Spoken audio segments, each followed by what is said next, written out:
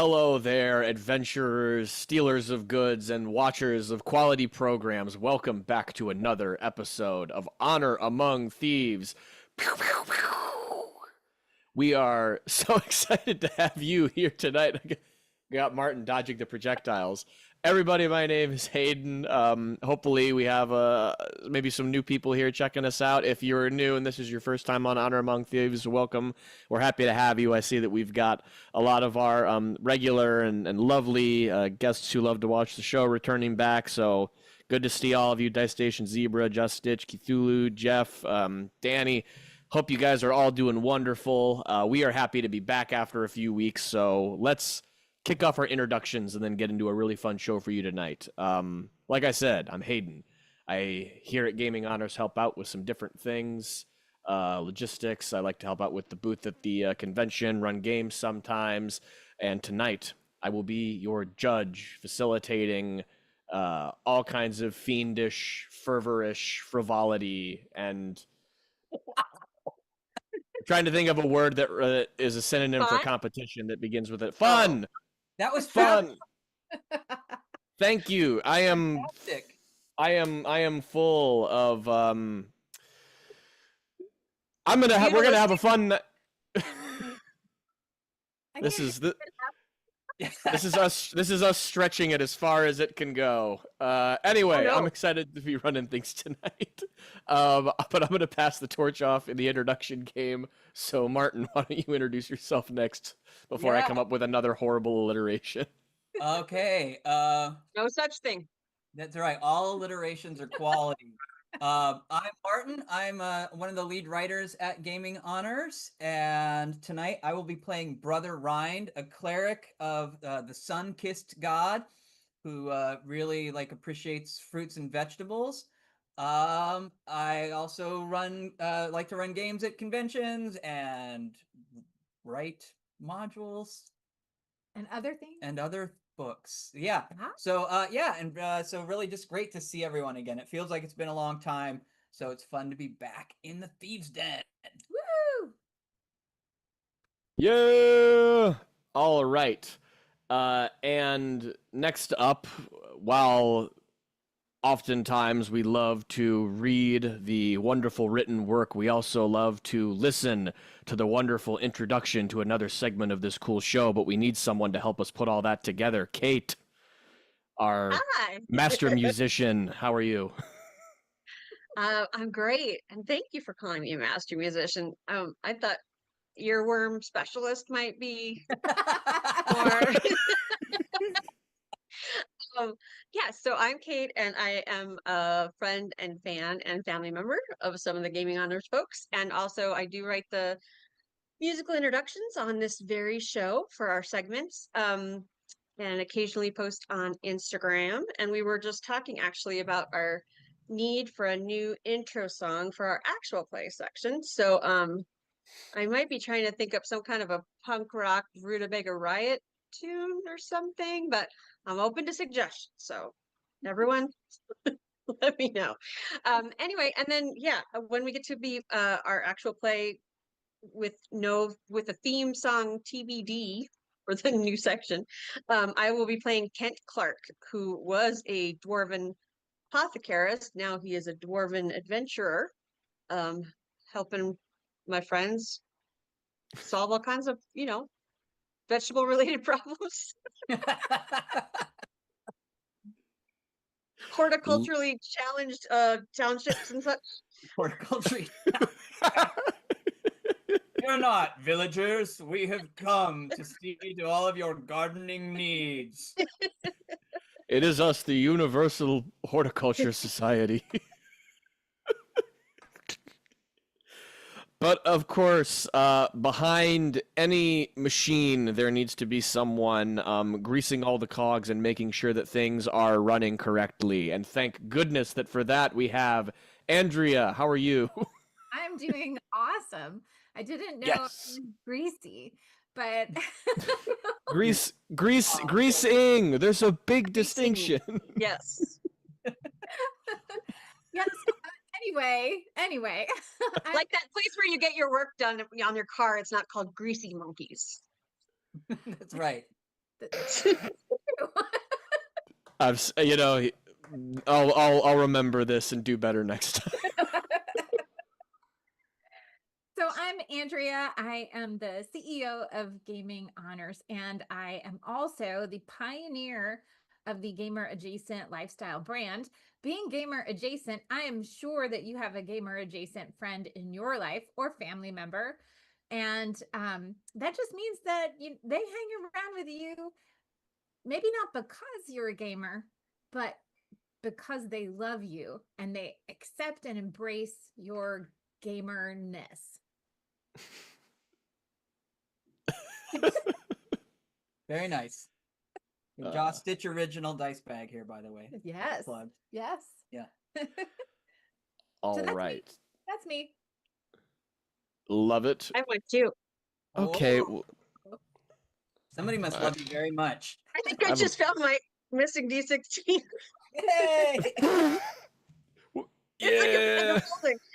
You're a regular Sherlock Holmes, Kate, to look in the dice bag for it. I thought it was empty. I can't find my dice. Where are my dice? Have you tried your dice bag? No. I took all the other ones out, and then well, you know. Where are my glasses? I don't have a bag. I got a box. That's a cool Chris. box. It is a cool box, courtesy of the insurmountable Rob Swanson. That dude knows what he's doing. All right. Well, now that we've gotten the introductions out of the way and you all know who you got chatting with you. Oh, Martin, no, show it off one more time. I didn't even register it. Rob Swanson original Gaming Honors dice box. Yes. Unfortunately, I He have does so some many dice I can't beautiful close it. woodworks.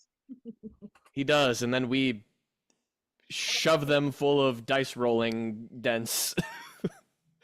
All right. Now that you all know who you're chatting with tonight, I think we got to roll in and get the content going. So we're going to start off by talking about all of the things that we have coming up in the future. It's time to open up the crystal ball of gaming honors and collectively peer within in our first segment, I Scry with my little eye. I scry with my little eye.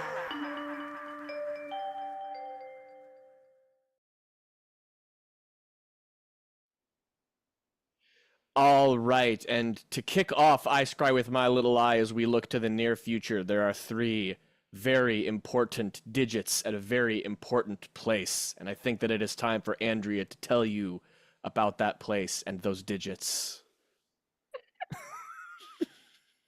The 867. Oh, no. the place is the Indianapolis Convention Center. The date is July 31st. Yes. And the specific location within the trade show at the Indianapolis Convention Center is booth number 167. What'll they find there? They'll find us. They'll find me.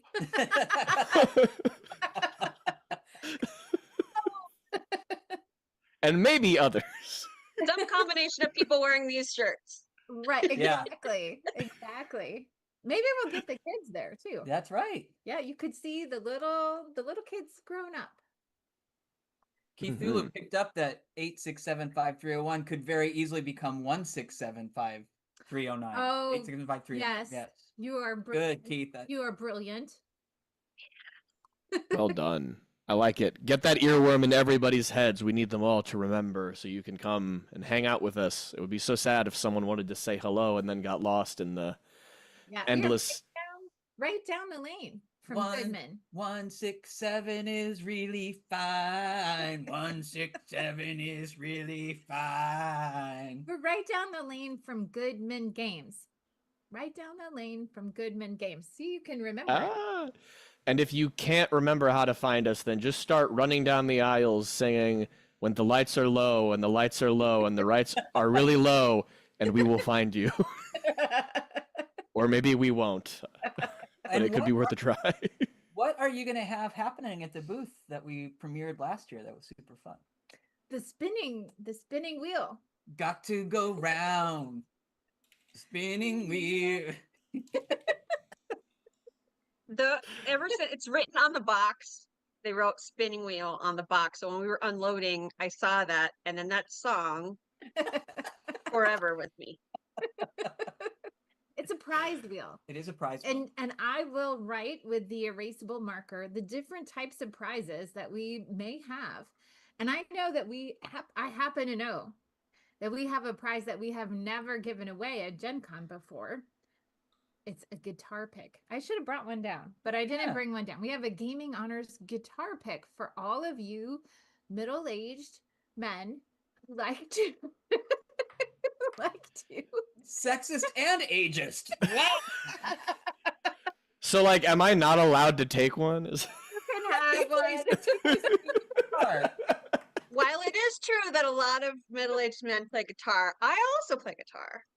Wait, I was going for the Barbie movie reference, right? That when all of the Kens were out on the beach playing guitar at them. at them. You got to let them play guitar at you. So yeah, Now, Very exciting.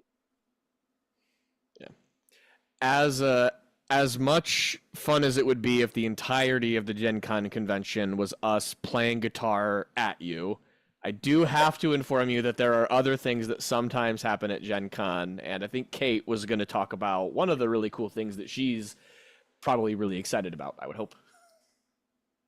nah. Yes. Of course I am.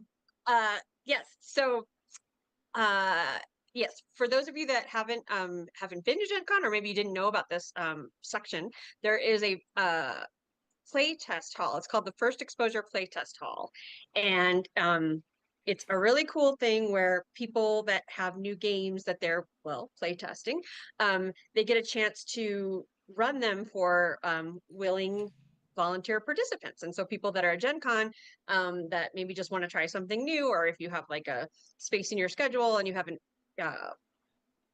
planned anything. And Martin, correct me, isn't it free? Yes, you do need tickets, but you could use generics, and yeah, it is free. Yes. And so you go and then you can see what games are there, and it's everything from like, everything. I mean, it's all manner of games. And you can see which one you kind of like, and then you wait in line and hope, that you get to pick the game you want. But generally, like, there's so many games, you can choose a bunch. So anyway, Martin, our very own Martin, has a new game that I will be helping him to play test this year. And so it is really cool in theory, because I only played a very beta version like 7 months ago. But anyway, it's called Spellcaster. And so I'm going to read this blurb because I can't do it justice. So, word games meet role-playing games in Spellcaster, the RPG.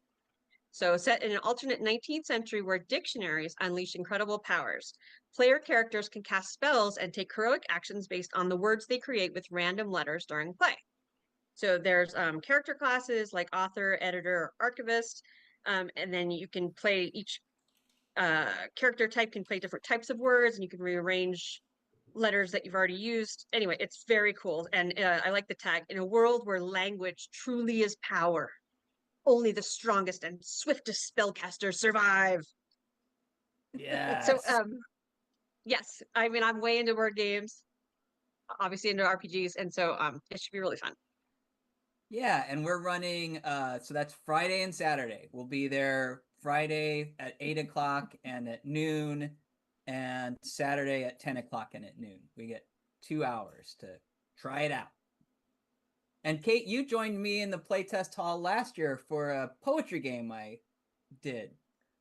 Yes. No, it's really fun, and it's like a little bit different if any of you have done your own adventures, or something where you have play tested your thing, and like, this is cool because you're not actually playing. Usually, like with the play testers, you're letting them play, right? And you're just observing and seeing how things go, which is a cool perspective, and you can see which things really work, which things maybe need some more info in the directions and stuff like that. And so yeah, we had a really great time last year, and I'm looking forward to it because you get to meet again, like, each set of people is a brand new table of people, all folks from all over. So yeah, it should be very cool. So if you are looking for something to do, you could come see us or, any of the other folks and check it out. Cool. Yeah. Awesome. Okay. I don't think it should be That really was cool. I think it will be really cool. And if you saw the illustration, that is a Jeff Whitty original. Asked him to do something that'll be on the screens outside of the first exposure playtest hall. So thank you, Jeff, for that awesome piece of art for Spellcaster. Yes, very cool. Mm-hmm. Speaking of awesome pieces of art from Jeff, another thing that we have coming up on the horizon that we will be showing off a little more of when we launch more details about it at Gen Con is an upcoming adventure called Siege on the Cerulean Spire that I will finally drop the name for, that I got to play test with the rest of the gaming group a handful of months ago. And we are really excited to show off the first piece of art from that Jeff also worked on and did an amazing job on, depicting one of the creatures that the party will have to deal with throughout the course of that adventure, one of the clock golems from the clock room. And that adventure is a big, I think pretty exciting, zany dungeon crawl that I'm continuing to flesh out and am excited to see if people can work their way through. So we will be launching a backer kit preview page for that at Gen Con, along with some more details about the adventure, a couple more pieces of art just to really, get you salivating and spinning the wheels in your mind over what crazy things could come out of a cerulean spire. And yeah, I am very, very excited to have people have the opportunity to play it once we are able to start delivering it. It is a third level adventure that we are currently talking about releasing for DCC and D&D. And so stay tuned to learn more about it. And thanks for everybody who's going to be interested in advance. We really appreciate it.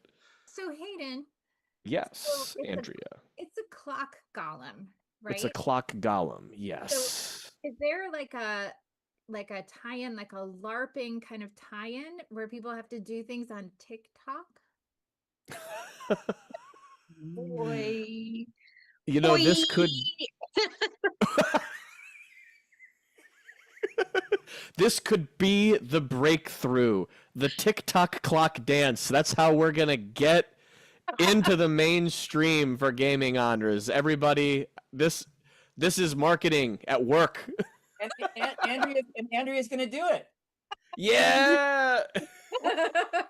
Andrea, are you ready to go viral? Oh, sure. Yeah. Like the plague.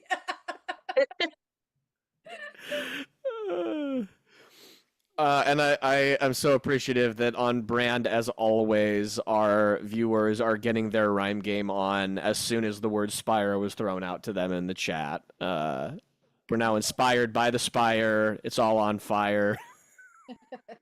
Jeff It's has going a good down, question. down, down. Oh Yes. my gosh. So a couple of things. First of all, I just saw that Danny Gable is a bass player, which so is our son Jack. Yes. Check out the New Semantics. They're Yes. cool. His band, New Semantics, have their first single.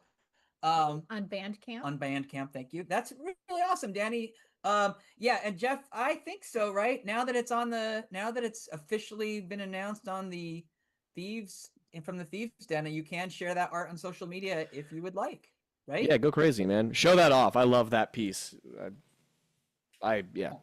Yeah, it's awesome. So It now is so you good. have to, Hayden, you just got to get cracking on that writing.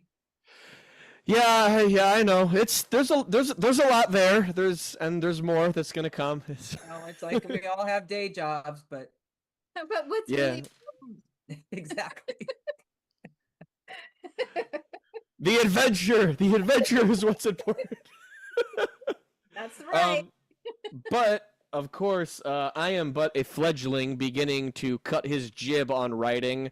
We have much more experienced authors from the realm of writing in this room, and one of those experienced, renowned writers is working on another work of. It's not me. Who is it? All right, yeah. So this is one of the craziest things that's ever happened in my life, but it's a really exciting opportunity. I have been, for the last several months, working on a book designing tabletop role-playing games for dummies. And this is a massive tome, 400 pages that take you through really every facet of the game design process, whether you're designing a brand new role-playing game or whether you're writing an adventure for an existing system, the way we started writing stuff for Dungeon Crawl Classics and 5e, um, talking about how you get ISBN numbers and how do you promote it every step of the way. And of course, it's a dummies book, which means it's full of little light bulbs and full of little icons. Yeah, so it's been a big learning experience for me because I'm writing in that dummies format, that template, which is not the way you write for other kinds of books, but it's fun because if you've ever read a dummies book, you know that they like to have a sense of humor. So the voice I use in that book is kind of like it's this voice. It's the voice from the show. It's the voice that I use in the classroom when I'm teaching role-playing game writing. And it's been really fun. I've been teaching the role-playing game writing class now for 3 years, which means I've seen been able to help 60 writers sort of take their work from idea to completion. And so it's fun to be able to put all that into a new book. And yeah, that is actually already available for pre-order, and it's supposed to come out in November, which is amazingly fast. So yeah, really excited about that. And Wiley has been really fun to work with, and I actually met the acquisition editor. She came to the play test that I hold at the end of every RPG course I teach, and had a wonderful time and reached out to me afterward to say, wow, what you're doing could really be a great book. So really grateful to her, and it's an exciting thing for us. So, Martin, I have a question about it. When is the audiobook coming out where you read the entire thing in the voice of Solomon Pike? You know, so I thought about that. I also thought about Whisper. Whisper is my character on the other stream, and I know Andrea really loves that voice. Yes. So, yeah. And Pirate, I'm maybe sure. was a pirate in there too, like a couple chapters in Pirate. Yeah. It's really, Now it'd be time to talk about ISBN codes. I might be also talking about how to write an RPG. Yeah, I don't know which voice I would use in the audiobook. I probably would just have to go through them. And yes, I think Solomon Pike would be a good voice. So yeah, I don't know. I don't know that they do audiobooks for dummies books. You could be a I- pioneer. I mean, they ought to. You'd have to replace all of the little icons with boing, like goofy noises. Sound effects. Totally. Bloop, bloop. Oh man. Anybody know Victor Borga? Yes, Yes. not like personally. The phonetic punctuation. Okay, never mind. That's all right. It's only for the old people. I don't know him that well. I was just seeing. I remember infomercials. I think Infomercials about Victor did he like sell his CDs or something? Oh, I think there was like a Time Life. I don't know. Like I said, it's for old people. I have some cultural research to do. Jeff, what do you knows of him? Because Jeff knows. Jeff is in the know. So good Indeed. for you. And I'm noticing that we're all talking about guitars, and our fellow Gaming Honors teammate Rob Swanson making guitars. I have a guitar he made that's all themed after our Gaming Honors' very first module, the Peasants Fell Bargain. That's right, you do. So It's pretty. yeah, it's he very pretty. very cool stuff. Beautiful. So the Crazy. guitar picks, they're not just for like pandering to the middle-aged men. It's because a lot of us play guitar. Exactly. And they were originally the idea was to send them along with the Yes. Metal Gods of the Apocalypse. They were Yes. like a really cool incentive for that campaign, which is very music themed. It is. Mhm. Yeah, that's a good idea. Be careful because every time that you strum with your Gaming Honors guitar pick, there is a 5% chance of accidentally summoning a demon from the Nether Realm. So That's use it kind of your true own for me risk. every time I strum. It's like, What- because I'm only getting like some of the pitches right. It's like, whoa, what's happening? Things are always, portals open up, close. Don't roll a I'm one. like, I'm just trying to do some Tracy Chapman. So if we start to lag out, it's because Andrea is busy working the internet I'm to trying. get links. I know, but we can't handle it. We're glitching out. It's a glitch in the matrix. All right, I'll shut some of these other things. But I need Oh to no! I need to have make sure that people know how to access Victor Borgia him. But we also have a Discord. Okay, but I am not. Yeah, I know. Because that's a little bit Gen Z for me. Yeah, I'm not gonna argue with that. All right. I think that covers most of the things that are coming in the future. Remember, everybody, Discord is the communication future for today. Anyways, we have a game segment now. It is the end of us talking about things, and it is the beginning of us fighting amongst ourselves to show who has the most wit in our first game for tonight that we call Riddle Me Timbers. Riddle me timbers. Riddle me timbers. Riddle me timbers.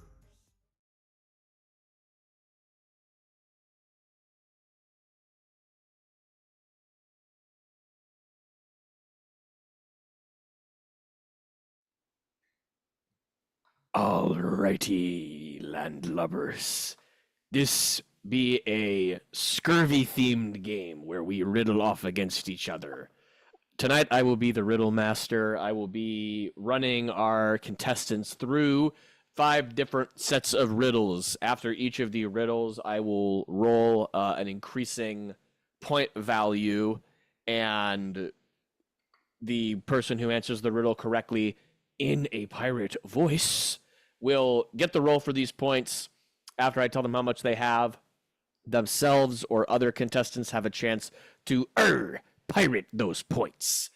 I will roll again, and if I match or go higher, then that person gets to take all the points away from them. Ooh, happy day! And we are tonight going to try something a little bit different to accommodate the wonderful server lag and the confusion over who raises their hand at what point between the internet. Once I finish the riddle, anybody who's got their hand raised, we're going to roll off on a d20 to see who gets to go first, and we're going to do it that way.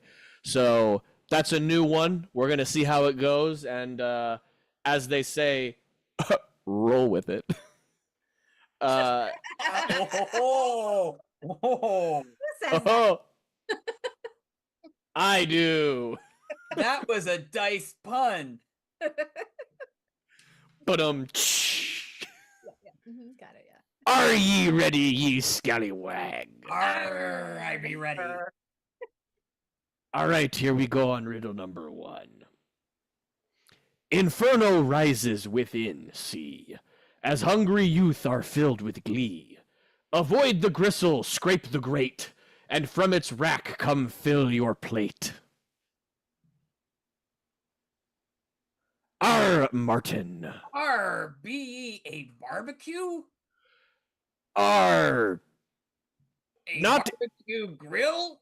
R.I.B. a barbecue grill. Yes, I am the grill. And now, on your grill, Martin, are you ready to sizzle up 1d10 points? Arr, I like it hot. R. Well done. Well, I'd be saying, warm. 6 points. That's a warm on a d10. That be a medium well. Day Station Zebra be calling out my incompetence for not noticing that it was a barbecue grill. Now it's time for riddle number 2. Controlled centrally or by clicker, my salvation in summer weather. When pushed too far, you foot the bill. what protects you from warm front hell? Arr! Let's get some dice rolls, Andrea and Kate. D20s from the lot of you. Do you have a D20? 13 for me. 1. Nat 1. Ooh, tough. I rolled Kate. Oh, ouch. REV, the air conditioning. Arr! Correct, I do be the air conditioning. And now it's time to go to the thermostat and turn it to up to, but not necessarily 12 points. Let's see how you come out. Kate. It be a cool day because you be hitting only 3 points. Arr, I be pirating those 3 points, mate. Arr! And Martin decided it's time for him to control the temperature. And he is heating it up only slightly with 4 points. Arr, I be a mana of my word. A mana? A mana. Arr, don't be caught in the whirlpool. Oh my goodness. Oh. I may tag out after this. Arr, All right. Well, before everybody needs to take a break to recuperate from that banger wordplay, riddle number 3 is coming in hot. In this vacuum may be do. Wait, sorry. No, sorry. I said that wrong. I'm goofing up. In this. Andrea, yes. All right, here we go. In this a vacuum may be due. It is of varied use to you. While it in viscous fluid may blunder, in your milkshake 'tis a wonder.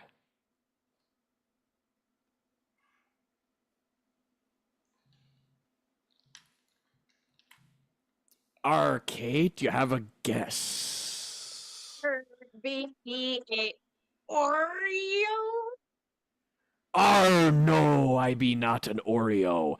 I'm gonna work through it again, and I'm gonna try to say the first line correctly so that we can really get the whole picture. In this Danny Gable be having a guess. Is he being correct? Danny, no, you're not to be correct. I be not a blender. Arr, tough luck, So- Danny. We'll run through it again. In this a vacuum may be due. It is of varied use to you. While it in viscous fluid may blunder, in your milkshake 'tis a wonder.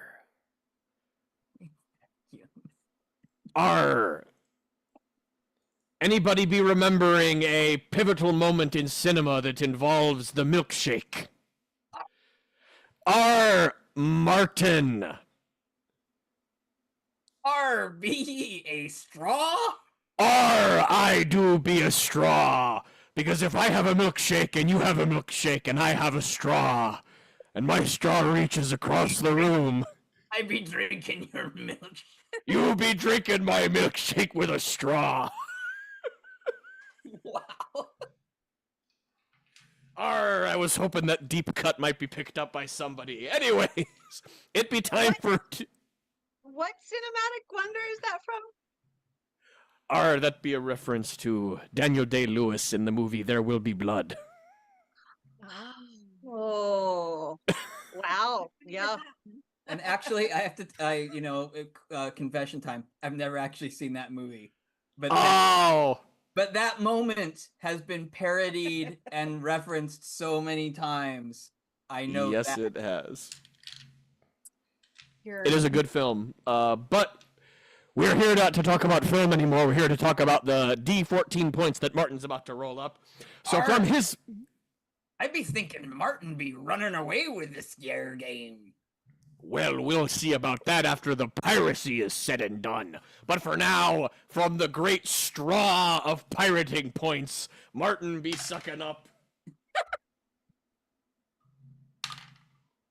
7 points. Arr! I'd be pirating those points. Or you'd be getting a 50-50 chance. Arr! You liking them those odds? All right. Andrea be pirating those points. Our Andrea, I am sorry.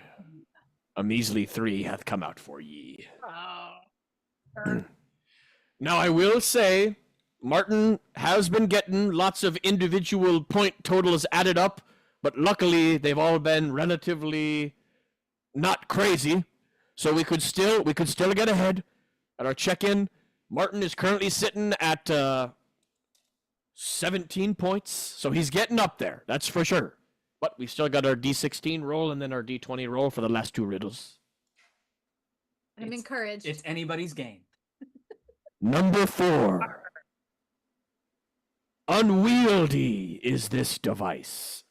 If it survives, then throw it twice.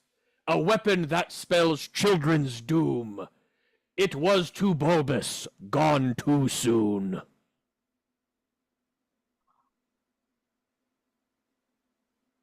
Kate, give it a go. Be a water balloon? Yes, Kate, I be the mighty water balloon. I believe you be being a water. Water balloon. And now that you hit E target out of that water balloon, be splashing a mighty 8 points of water. I be fired in my own points. Our Kate be pirating her own points. And so out from behind her back she pulls the second balloon and flings it quickly at the target. I like that. Arr! Jeff Whitty thought that you were talking about, which would be very violent, lawn darts. Like, that would spell kids' dooms. I remember. It's Danny Gable. Oh, was that Danny Gable? I'm sorry. Yeah, Danny Gable, totally. Yes. Oh, yeah, no, yep. All right. What are you trying to say about me, Martin? I'm just imagining a very rough childhood. If it was like, oh, we're going to have a yard dart fight, everybody. Stay off my lawn! Hi, Mr. Smithers! Even worse than dodgeball. But I also just wanted to tell you how much I like the word bulbous in that riddle. Not enough riddles use the word bulbous, or really even sentences. Thank you. I love the word bulbous. And I also love the 11 points that Kate got from pirating her own points and rolling higher. Good job, Kate. Oh. All right, we are rolling into the last riddle. It's Martin's mine. at 17 points. Kate is at 11. Andrea, you still have a chance to win it all with a high roll on this D20. Do I? You do. A chance is a chance, and it is time to take it. With riddle number 5, our final riddle of tonight. In HOA bylaws is written, a fueled engine, pushed or ridden, to Flora galore the end of days, a whirring death machine of blades. Our Martin looks like he might know the answer. Ye be a lawnmower. I do be one of the greatest assets of the bylaws and obsessions of the HOA, the mighty lawn maintenance machine, the lawnmower. But at the Carter, risk can of you be reading that first couple of lines with that? That was a good rhyme with the HOA. yeah. In What was it? HOA bylaws is written a fueled engine, pushed or ridden. That be what we call in the game a slant rhyme. In the literary study game. Or a near rhyme. Ooh. Always learning. And Martin is now nearer, potentially, to victory with 15 out of 20 points. Oh. I already Oh, dang it. Leaving him with a grand total of 32 points. Martin tonight is the recipient of the mighty golden chum bucket.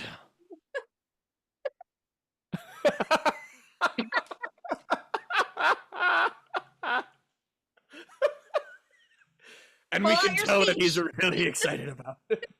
I want to thank the Academy. Oh wait, well I don't. Oh. Did Jeff Jeff- just want to try and yeah. fire in my points? Yeah. Jeff, roll us a d20. Pirate Martin's points and steal that He's sitting in a car at a Burger King in South Korea. He may not have a D20. Jeff, I think come up with a justification for why you have a D20. I'll roll for Jeff. I don't know that that's a good idea, but I'm rolling for Jeff. Wish me luck. 16. Oh, Arr! I had. That- All right, Jeff, we won it. That. So this be one of the craziest moments because that would be putting that steal in effect. However, Jeff would still be coming in 1 point behind Martin's mighty 17 points that he already had rolling into the final round. We tried. Or you That's fertilized the lawn, and then Martin's mighty lawnmower came and chopped it back down to size. Arr, thank you for that pallet of filth. And those were great riddles, Hayden. Yes. Oh, thank you. Yeah. Martin. That was awesome. Always a good time to challenge the minds of our good friends here on Gaming Honors. But now it is time to challenge your doodads and doohickeys, your gadgets and gizmos, the extra goofy crap that you have laying around that you can finally The put Tchotchke challenge. to use. Challenge. It is time for us to find facsimiles for items and trade goods from the occupation table of Dungeon Crawl Classics. It is time for So You Think You're a Peasant.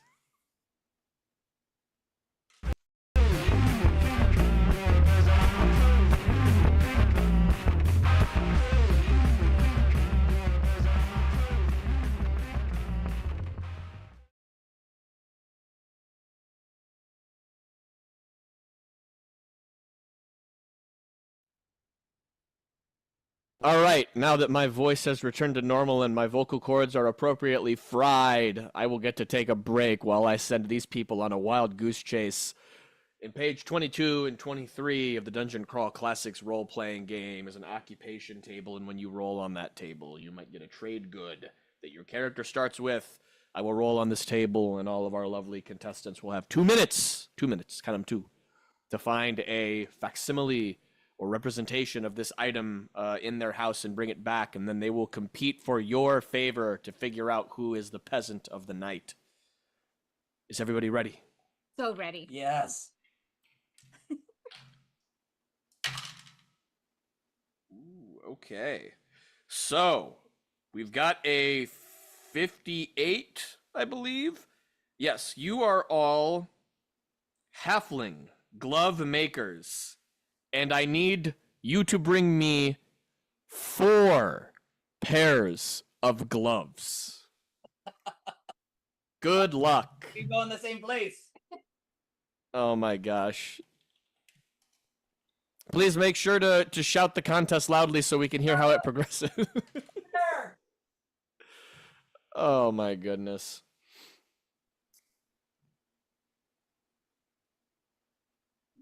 Oh wow. Sometimes we hear so much tumult, but I think everybody is laser focused today. Martin may have a chance to pair his golden chum bucket with a pallet of filth, the mightiest of all peasant prizes. All right, it looks like Joss has everybody beat. Yeah, Joss, please throw all of the gloves in the Discord and show up our mighty contestants. I'm going to pull it open and wait for the postings to start rolling in. I'm impressed with the speed. Everybody else is taking a second. We're almost to our minute mark. All right. If you can all hear me, the timer is halfway down. Okay. Kate's back first. Kate, I have to say, Joss was really ahead of the game tonight. She typed done in the chat almost instantly. She was ready to It's go like off rip. 102 degrees here today, so I had to go looking for these babies.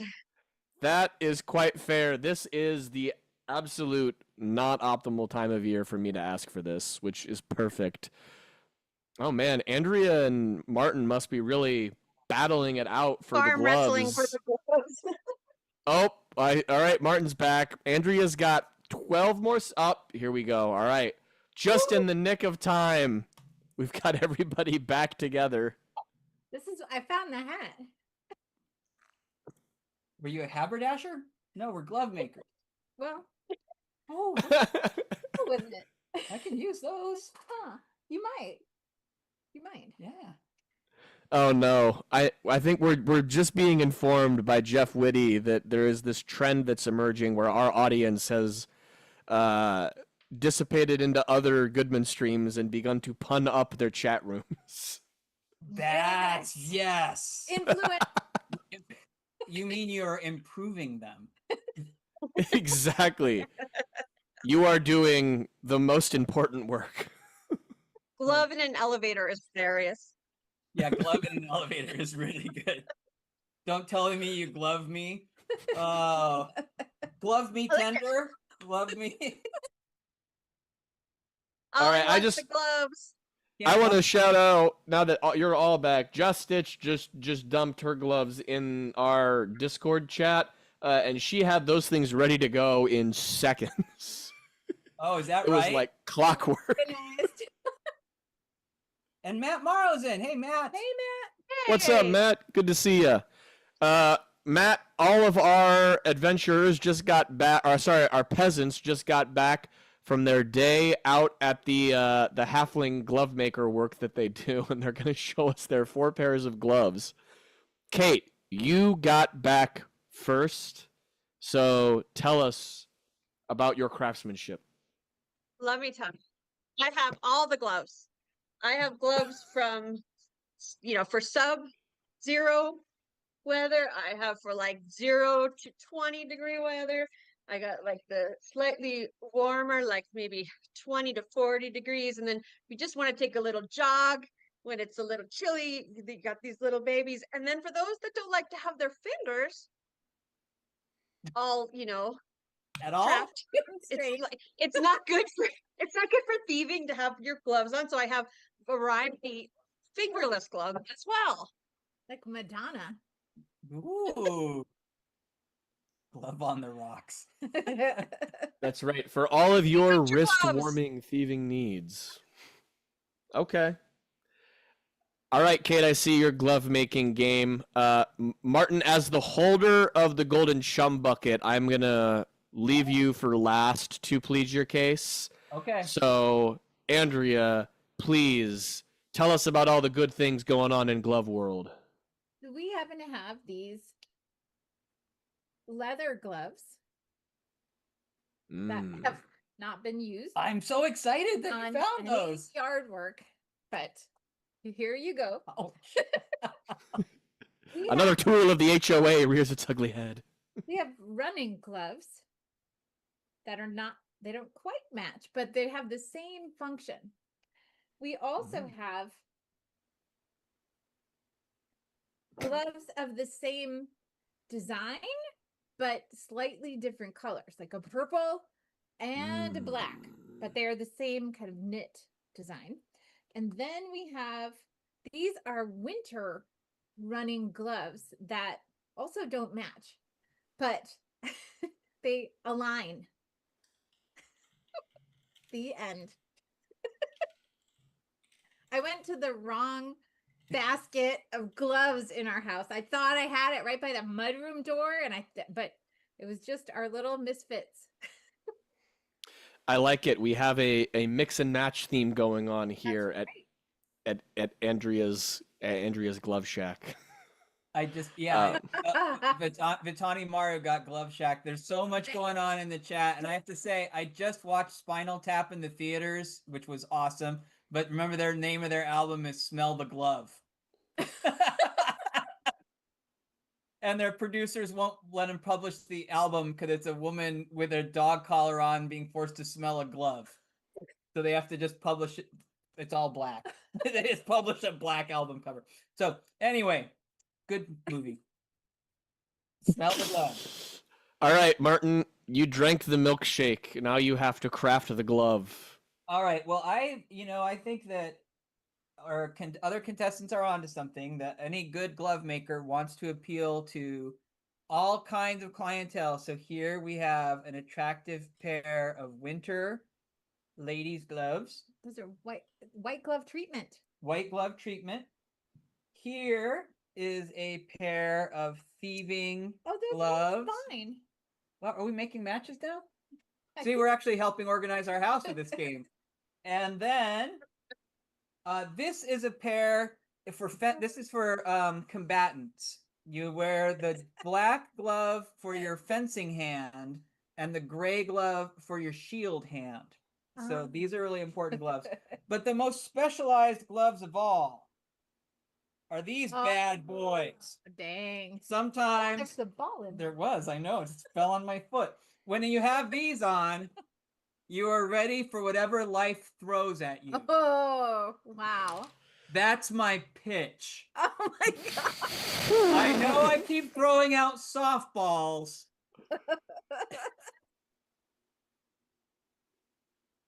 Some people took their Ritalin before the show today. Oh, Hayden, come back. Oh, Sorry, I just needed to recuperate for a second after that veritable onslaught of wordplay. That was 3 strikes, Martin, and you took me out. whoa. All right, it's time to vote, dear audience, for the top halfling glove maker. I'm gonna have to go back and look at the chat again because there's just too much happening. It's It's so awesome. everybody is really on their game tonight. I am are. so happy and impressed. All right, who's voting for me? Oh, there are 8 votes in. Keep them coming, everyone. You seem to be winning. Oh, shoot. Oh yeah, That's a home run. yeah. Yep. I'm stealing home. It is confirmed that Martin knocked it out of the park tonight, and Martin is indeed a back-to-back champion, the holder of the Golden Chum Bucket and the Peasant's Palette of Filth. Congratulations, Martin. You are a riddle master and a peasant. I'm just afraid I'm peaking too early. This could be it for me. That's it. Ride this wave right into Gen Con We need and to reach your straw across the room. we definitely are going to need to have a we need a live show. We do. at Gen Fun Con. off.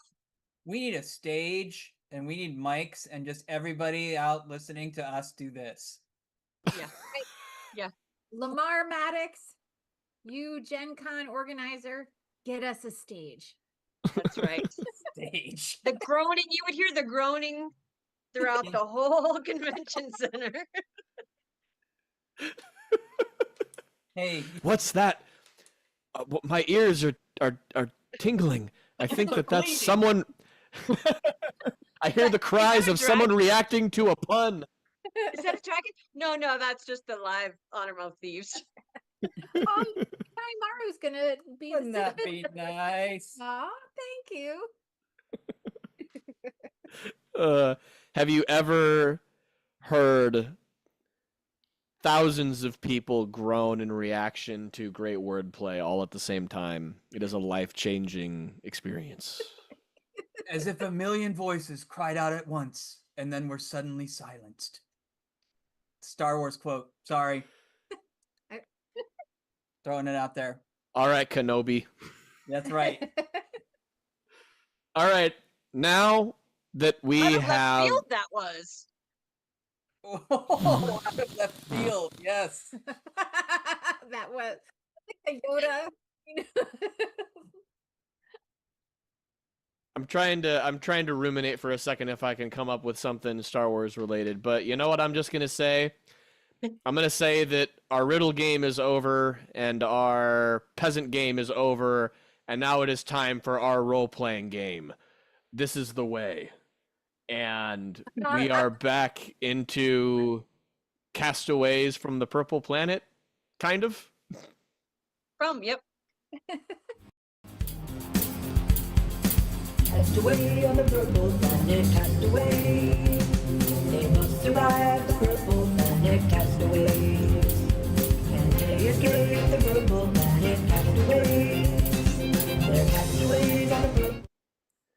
All right, so last time that we checked in with the party, I believe that our good friend Kent Clark, the dwarf, had been embiggened to 25% bigger, getting, I think, a +1 to attack and damage, right as a horde of zombie men began to descend from deeper within the Ormworm Cave. We found them with their chests splitting open, limbs missing, shambling forward, ready to meet our heroes head on after the ingenious Ecclesius Brickus threw a torch at them. And now Kent and Brother Rind are leaping into the fray, and we must roll initiative. All right. Ooh.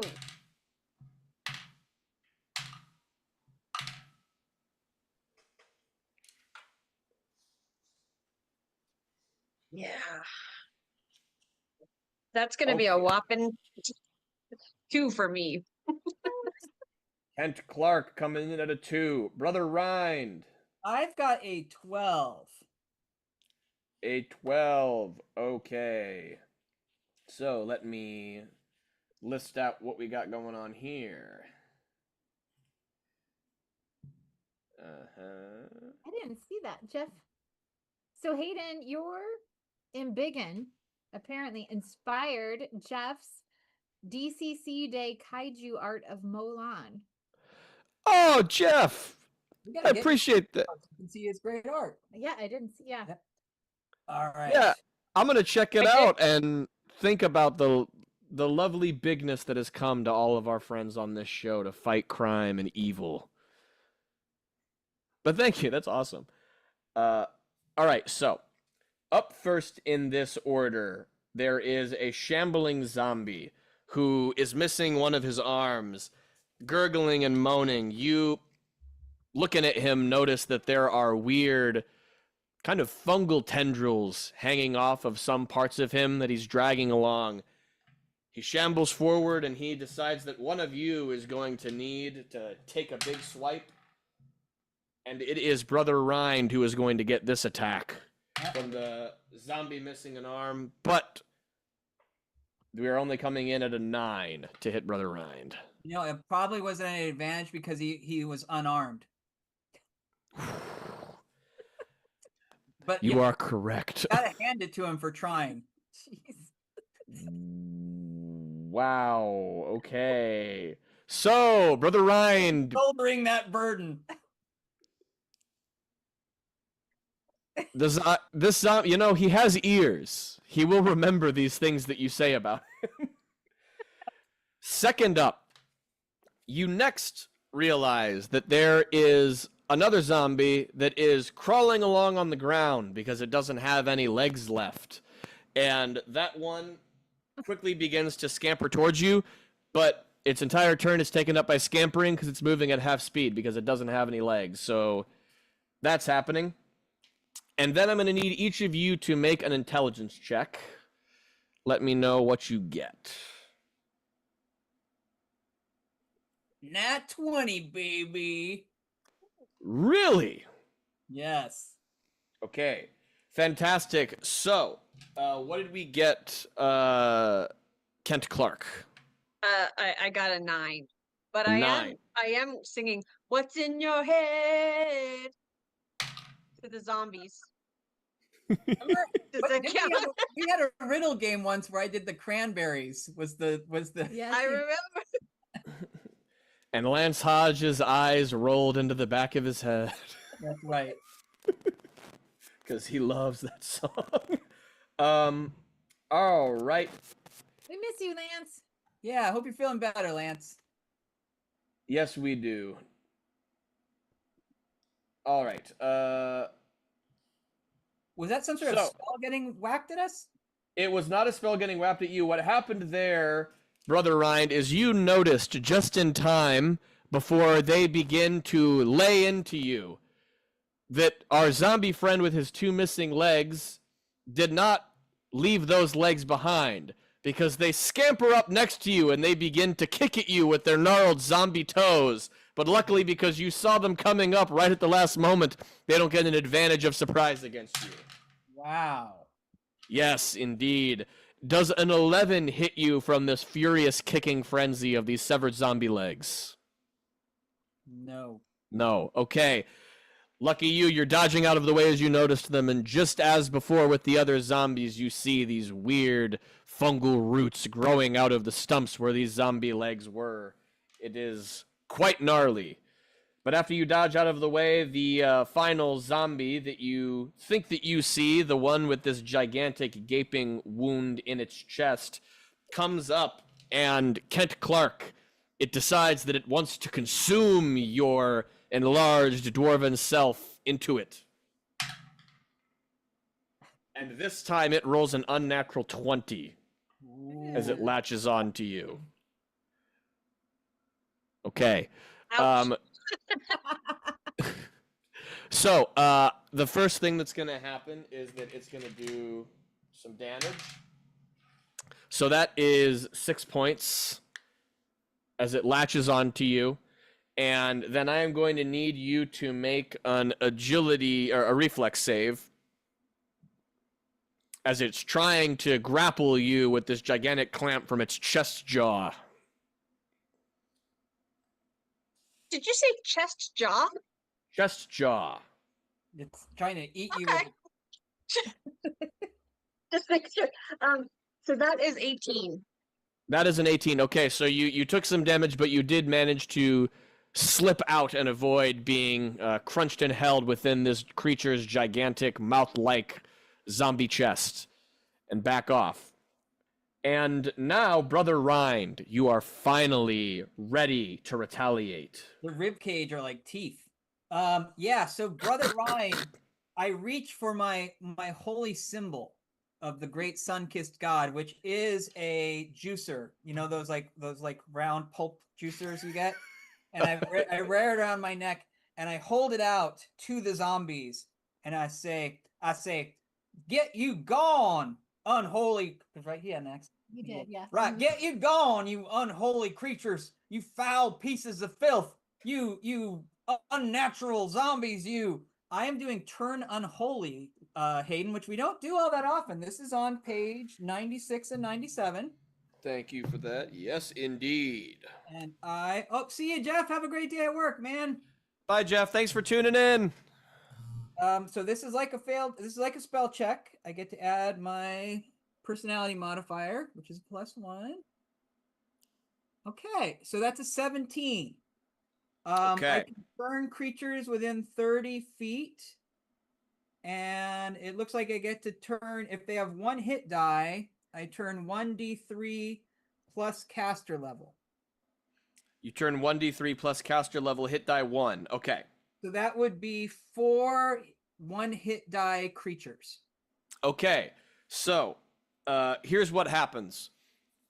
As you unleash this torrent of light, the few zombies that are around you, the ones that you can see swiping at you with their humanoid figures, go,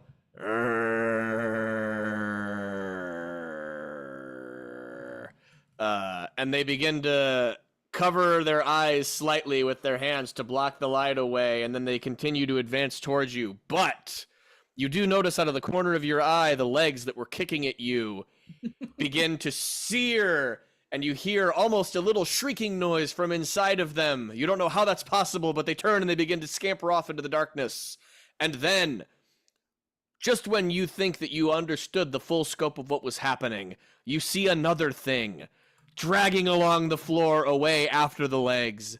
It is the severed arm that you had not accounted for that is now also clawing its way further deeper into the cave in fear at your light. So I scattered the appendages. You scattered the appendages, but there are 3 partial zombie men that are still ready to take you down. Take me down And to Mega City where the... All right. Where the chests And- have teeth and the girls are pretty. Yeah, where the ribs have teeth. So our good severed arm friend, Major Claw, would have been taking a swipe at somebody, but now it is fleeing into the darkness, and Kent Clark is ready to bring the pain. Yes. I am going to wield my mace. In a way, let's see, we got legless, one-armed, and tooth man. I'm gonna I'm gonna deed to hit the legless man so hard that he jumps into the mouth of the chest man, Yes. like Oh, nice stuffs deed. his mouth. We do promote zombie cannibalism here on Honor Among Thieves. Okay, Oh, baby. All right, let's see here. big numbers. Oh yeah, that's gonna be 21 to hit. That, for the guy who is slowly scampering along the ground, is gonna do it, surprisingly. How did the deed go? And then did I do the right? Yes, that's it. That is a 3. A 3. Okay. So that is a success. Let's talk about damage, and then we can talk about the deed impact. Let's talk about damage. That's 4. 4 points. Okay. So 5, because I get to add 1 because I'm embiggened. yes. All right. So with 5 points, I will tell you that our crawling zombie has entered into the red zone, and you beat him down pretty hard, and with that powerful swing, sent him careening off towards his tooth-chested friend. And in bashing into his tooth-chested friend, he almost throws him off balance, and I'm going to give him a reflex save to see if he can avoid tripping and tumbling at the surprise. And he does indeed fail on that roll because I'm the king of single digits tonight. And so he stumbles over. And so I'm going to say that he's going to have to spend his next turn getting back up and is not going to have another immediate opportunity to consume you into his chest cavity. All right, that takes us back to the top of the order. It is once again time for Arm Guy. Brother Rind, you tried to blind him with the holy light of the sun-kissed. I did. He's not pleased. Oh, man. He retaliates, and he is going to come in with a 22 to hit this time with a swipe of his one-arm claw. Missed it by that much. No, he hits. Ah! I thought that maybe Brother Ryan had a busted armor class, but all right. With that going through, you are going to take 7 points of damage, Brother Ryan, from that aggressive swipe. You notice, brother. Ow, that really hurts. I think that my juice is getting pulped. And I'm going to need you, Brother Ryan, to give me a fortitude save. Oh, no. Help me, great sun-kissed. All right, that's good. That's an 18. That is wonderful. So, yes, you feel a little bit of burning in the wound, but you are resilient. And so, whatever this burning sensation may have advanced into, your awesome holy immune system is fighting it off. After Arm Guy, it is time for Leg Guy to try to get in his final licks. He never misses leg day. Well, actually, he missed both of them. Kent Clark.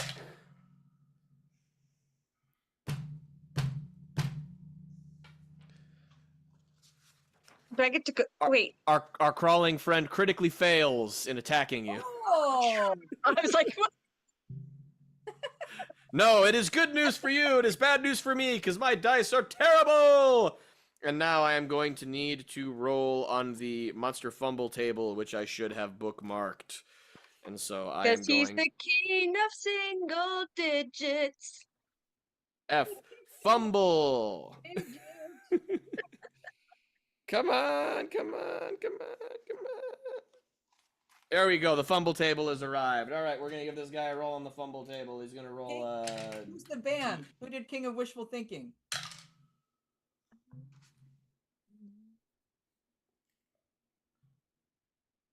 It's not Go Yeah. West, is it? I don't think so. That's a great guess. I don't know for sure. Matchbox? No. No. Train? Is it Train? No. Oh. If you- Matthew Sweet? No, not Matthew Sweet. All right, well, while we are researching this, Kent Clark, we're going to retrofit this a little. So here's what my result was. It is Go West. Good call. Tani Maru. I rolled, you trip and fall, wasting this action. You are prone and must use an action to stand next round. I think that we already circumstantially know why that doesn't fit, so I'm going to say that he rolled over onto his back and is now swiping up at you and is going to need to take the next turn to reorient to continue the assault. After that, we are back to Chest Guy, who stands back up, engorges this evil chest cavity of doom, roars, and leaps back in, but couldn't take his turn yet because you dazed him and tripped him up last round, Kent Clark. And Brother Rind, it is ready for you to shine like the sun once again. Yeah, unfortunately, and I hate to do it, but I'm sorry, Kent. I wish I could help you, but I gotta help myself. There comes a time in every cleric's life where the physician must heal themselves. So, Great Sunkist, shine your light on me. Ooh, okay. 14. All right. Okay, not bad. Okay, yeah, I got 3 dice. I'm okay. Cool. Well done, Brother Rind, giving yourself the rejuvenation. I hope you're getting your vitamin C intake. My vitamin C. Thank you. Kent Clark, you are up once more. All right. I'm gonna go for heck breath. And try to mace him into his mouth. Yes. Making Which him mouth? The big one? the assume- chest mouth. Yes, the peck okay. mouth. Pet mouth.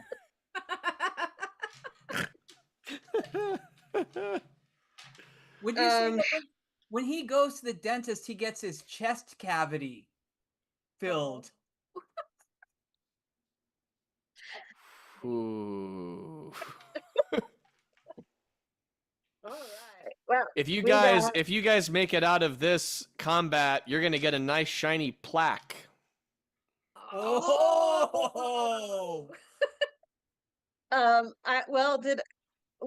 will I show if he's flossed whether or not if I got a hit at 19? Oh, a 19 will do the trick on Chest Guy.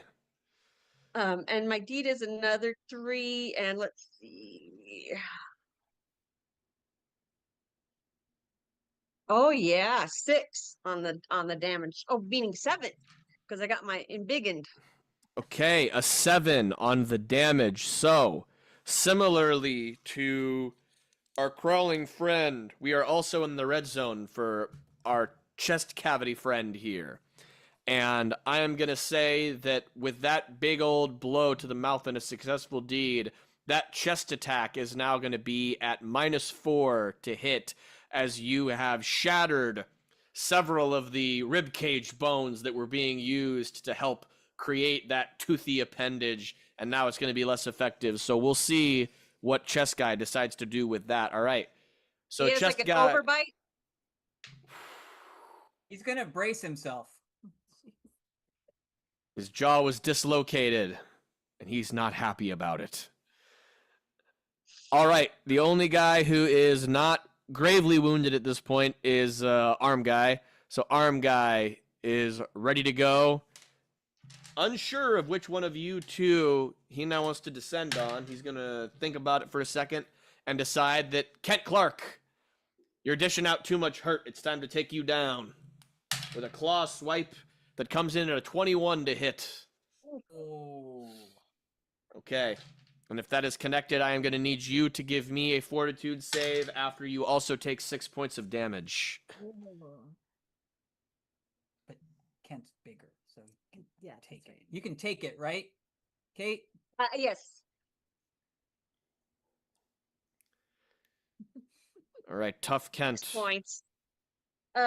Fortitude wise, though, I am at a 9.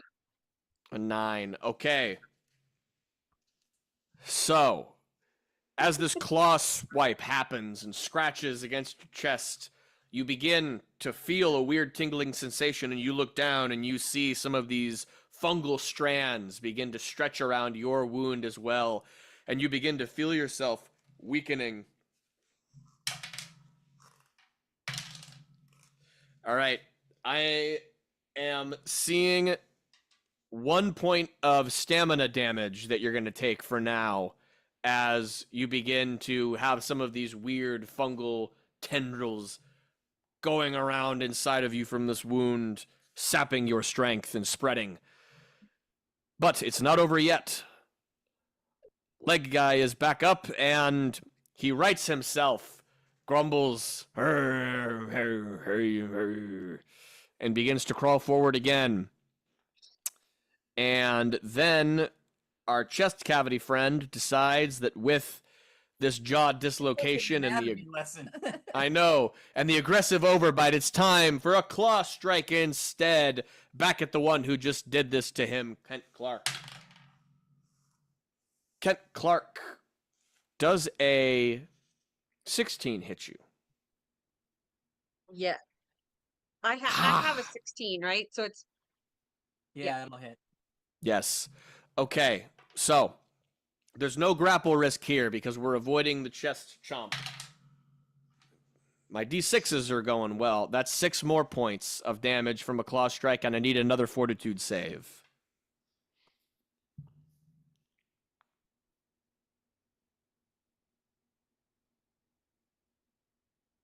Okay, uh-oh. Uh-oh. She's starting to bleed now. No! 13 on my fortitude. A 13, all right. So now that your body is understanding how to fight off some of these fungal tendrils, these ones, you feel this tingling sensation, but like Brother Rind, it doesn't advance into anything beyond that. And now, Brother Rind, it's time once again to show these zombies who's the priest. Right. And sometimes there's laying on hands for healing, and then there's laying on hands for hurting. So I go up to the chest cavity dude with my mace, bam, and I'm gonna crack those ribs. I'm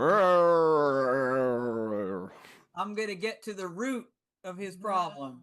If there ever was a... That is a 22 to hit. Oh, yes, sir.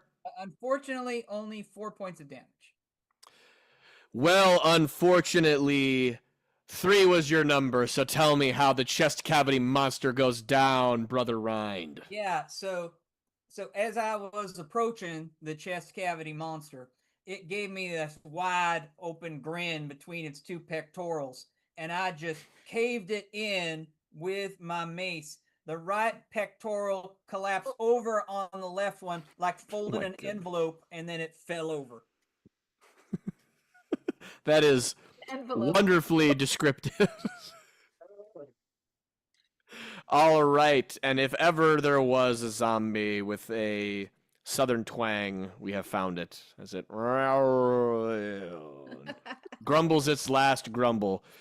And then, Kent Clark, you have your pick of the lot between an unwounded, one-armed zombie and an extremely wounded zombie crawling around on the floor. I guess I'll go for the one-armed man. Used to be man. Was man. Find that man. Uh, Great movie. The one that has swiped at you many a time. It is time for payback. It's that is still... correct. When you hear the southern twang for the first time, that's exactly correct. And you notice as it's swiping away at you that it's wearing a finely put together fingerless glove.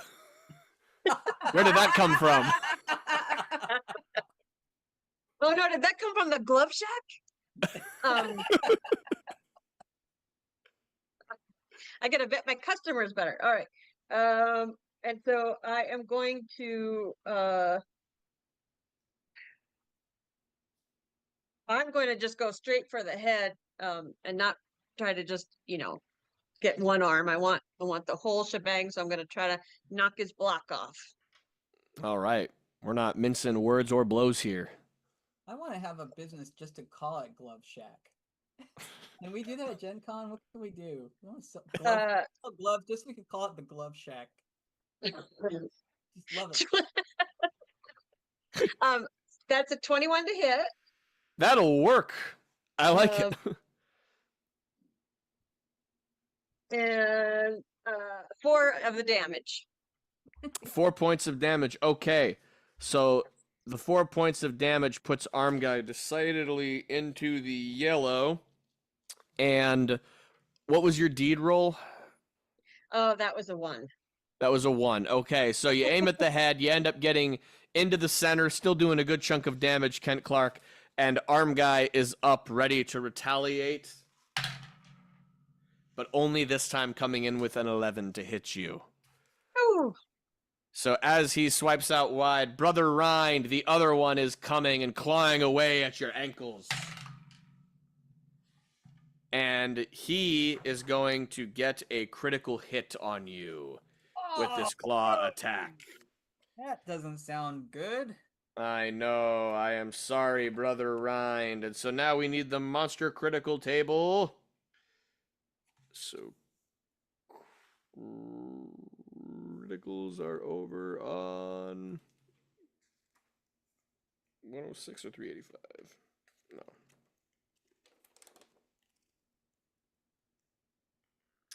Critical hits by Humanoid.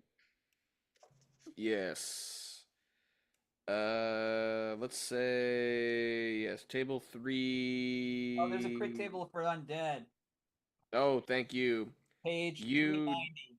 Thank you. UD6 390. All right. So we're gonna start with the damage, Brother Rind. That's gonna be 6 points from the claw swipe. Okay. And then unnatural boils begin to sprout spontaneously around this wound. Ooh. Extremely painful to the touch. They are going to inflict damage upon you if you continue to exert yourself physically. And I am going to need you to make a fortitude save, Brother Rind. Oh my gosh. I'm going to miss that. That's an 8. Okay. And in addition to these blotchy boils, you also are seeing some of these fungal tendrils begin to expand, and you take 1 temporary point of agility damage. Oh, my agility wasn't great to begin with. You're feeling slow. You're feeling sluggish. Brother, can I pick you up and just run away with you? Wow. We just Hello? lost Hayden. I know. Are we? What? I think we can hear you. Yeah, we can hear you. Is it? No, there you are. Woo! Are we good? Okay. Yeah, that was dramatic. One of my wires got kind of goofed. Sorry about that, guys. Okay. That was our leg swiping friend, Brother Rind. You are back up to wreak your vengeance. But you said if I take if I move, I take damage. If you exert yourself physically, you will take some damage. Yep. So it's time to break out the big guns. I hold up my symbol without exerting myself physically, and I say, "Stop attacking us." It's word of command. Stop attack. Stop. No, I lose it. Oh no! What? Well, no, you I just. don't lose it. I take a point of disapproval. Oh no! All right, Kent Clark. Oh It's man. time to bring the pain. I got legless and 1 arm. Indeed, you do. Legless, wasn't he in the Fellowship of the Ring? That was leg a lot. Oh, leg a lot. Two of the mightiest foes you have ever faced are before you. Unarmed and legless. All right. All right. So I'm going to do my mightiest of mighty deeds, and this time try to I'm just gonna swing the mace at the legless, and then trying to sweep the legs out from under one arm. Okay. Like a golf swing. We call this attack the driver.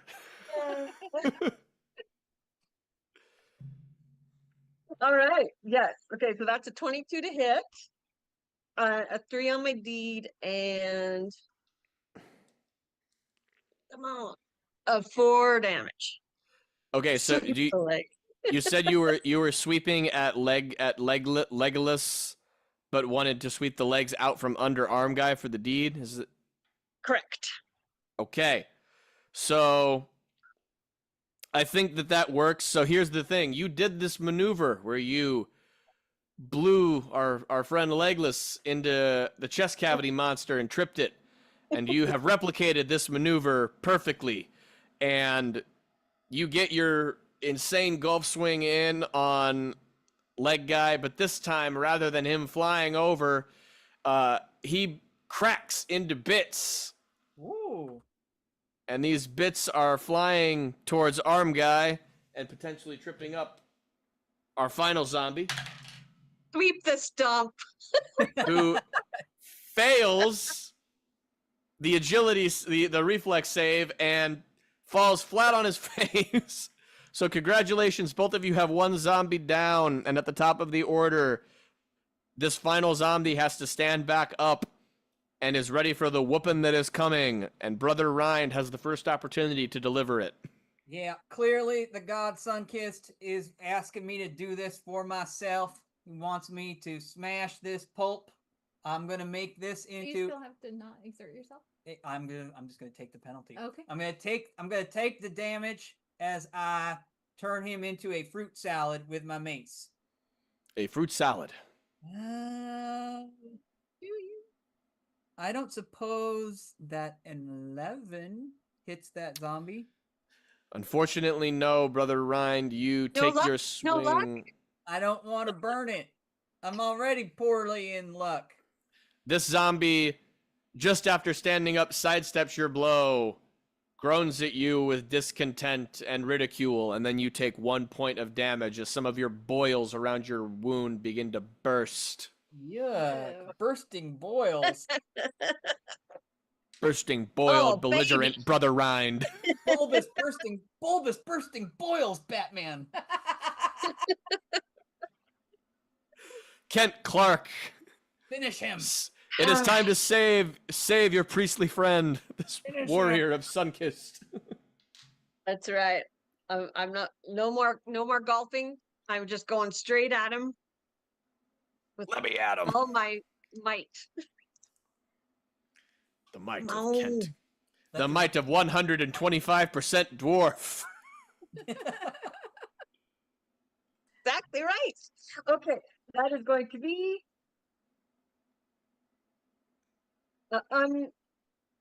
natural 20.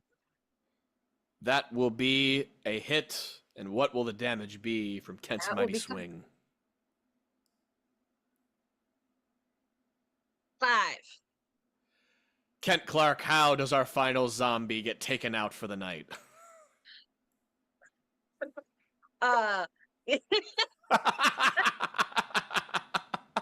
I just want to burst his zombie head open like a watermelon and say, "What's in your head,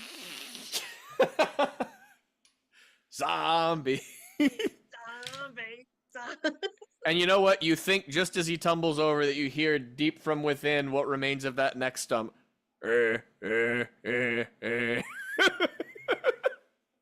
And then he splats down on the ground. All right. So, well done. Good job in taking out those zombies. I would like each of you, if you could, to give me a quick intelligence roll to follow that up.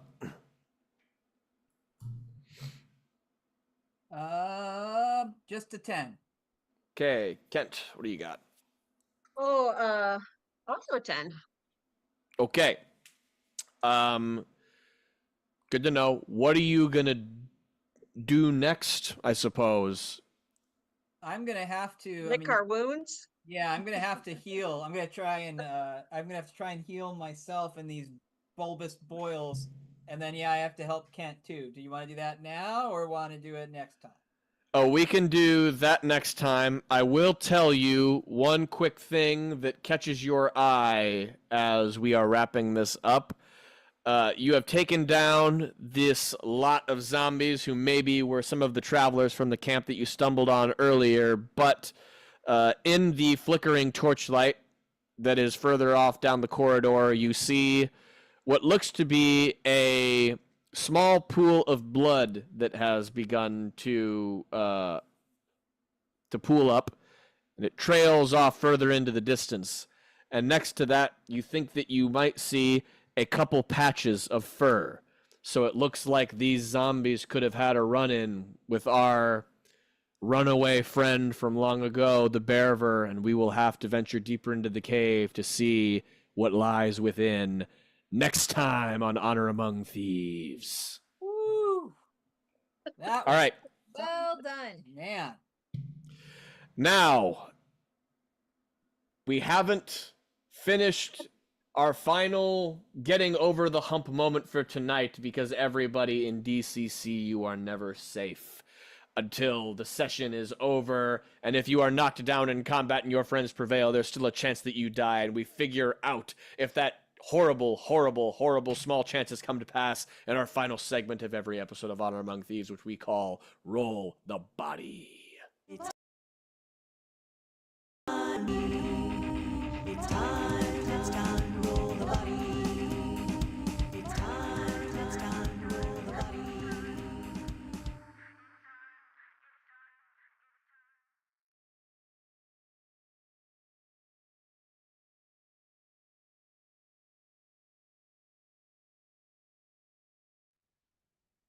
Brother Rand is an expert on death, and he knows that if you fail your roll the body roll, you die. So in DCC, when your character gets downed, if they don't get magically healed, you have to do a roll the body check, and you need to roll underneath your luck. However, we like to vary up what luck means at the end of this show. So for Andrea and Martin and Kate, today is the 13th. I am going to roll a d20.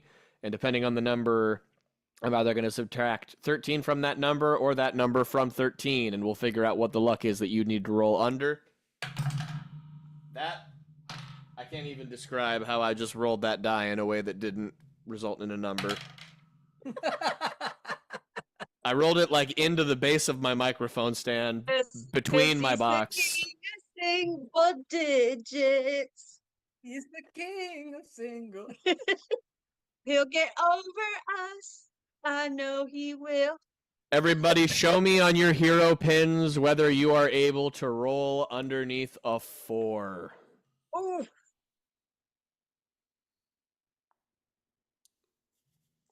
And I'm not rolling because I'm the judge. This is a pleasant way to end the show. And after your valiant defeat of those chest, arm, and leg zombies, I still come out with a total party kill. And so next time, you'll have to, all audience of Honor Among Thieves, see how our valiant adventurers crawl their way back from the underworld and still deliver you a fun Gen Con experience. So remember, guys, if you are going to be at Gen Con, please come by booth 167 and say hi to us. It would be super awesome to hear from you. Until then, there are a couple other ways that you can stay in touch with us. Kate, do you want to tell them what one of those things is that they can do? Instagram, Gaming Honors RPG, and it'll heat up during Gen Con, I'm sure. Yes, I would hope so. And you can also find us on Facebook at Honor Your Game. Or you can subscribe to our email, gaminghonors.com. Yes, you can. So thank you as always for tuning in, everybody. Thank you, Martin, Andrea, and Kate, as always, for being fun friends and guests to work with. Hope everybody had fun tonight, and we will hopefully see you soon on our shows in the future and at Gen Con. Until then, stay safe and have a lovely night, everybody. Bye. Bye, everybody. Bye. Thank you.